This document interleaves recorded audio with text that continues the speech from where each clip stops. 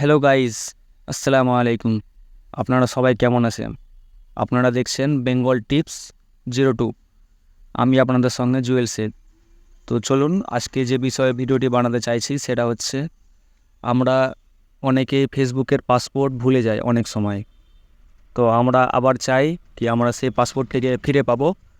তো কোনো কারণবশত আমরা সেই পাসওয়ার্ডটি ফিরে পাই না, অতঃপর নাম্বার চেঞ্জ করার কারণে ফিরে পাই না। তো আসুন আমরা কিভাবে আমাদের ভুলে যাওয়া ফেসবুক পাসওয়ার্ড বের করব, চলুন আজকে আমরা এই ভিডিওর মাধ্যমে দেখে নিই। তো একটাই অনুরোধ, যারা আমার চ্যানেলে নতুন আছেন তারা অবশ্যই সাবস্ক্রাইব করবেন এবং পাশে থাকা বেল আইকন দেবেন। চলুন আজকের ভিডিওটি শুরু করছি। তো প্রথমে আমরা চলে যাব আমাদের ফেসবুকে আসার পর এখানে আমাদের ফেসবুকের উপরের দিকে দেখব আমাদের ছোট্ট করে একটা ছবি আছে, এখানে ক্লিক করব। ক্লিক করার পরে আমরা নিচের দিকে চলে আসব। নিচের দিকে চলে আসার পরে সেটিং অ্যান্ড প্রাইভেসি, এখানে আমরা ক্লিক করব এবং উপরের যে অপশানটা আছে সেটিংস, এটাতে ক্লিক করব। ক্লিক করার পর আমরা এখানে দেখব চারটা অপশান আছে উপরে। অ্যাকাউন্ট সেন্টার, এখানে চারটা অপশান আছে: personal details, passport and security, add professional verification. তো আমরা এখানে পাসপোর্ট অ্যান্ড সিকিউরিটি এখানে ক্লিক করব। এখানে ক্লিক করার পর একটা পেজ ওপেন হবে। পেজ ওপেন হওয়ার পরে এখানে অ্যাকাউন্ট সেটিং একটা অপশান আছে। অ্যাকাউন্ট সেটিং অপশানের উপর দিকে যেটা আছে পাসপোর্ট অ্যান্ড সিকিউরিটি, এখানে আমরা ক্লিক করব। এখানে ক্লিক করার পর আরেকটা ওপেনিং হয়ে যাবে পাসপোর্ট অ্যান্ড সিকিউরিটি নামে, লগিং অ্যান্ড রিকভারি। এখানে অপশান আছে আপনার চেঞ্জ পাসপোর্ট। এখানে আমরা চেঞ্জ পাসপোর্টে ক্লিক করব এবং আমাদের প্রোফাইলটা চলে আসবে। এখানে আবার ক্লিক করব।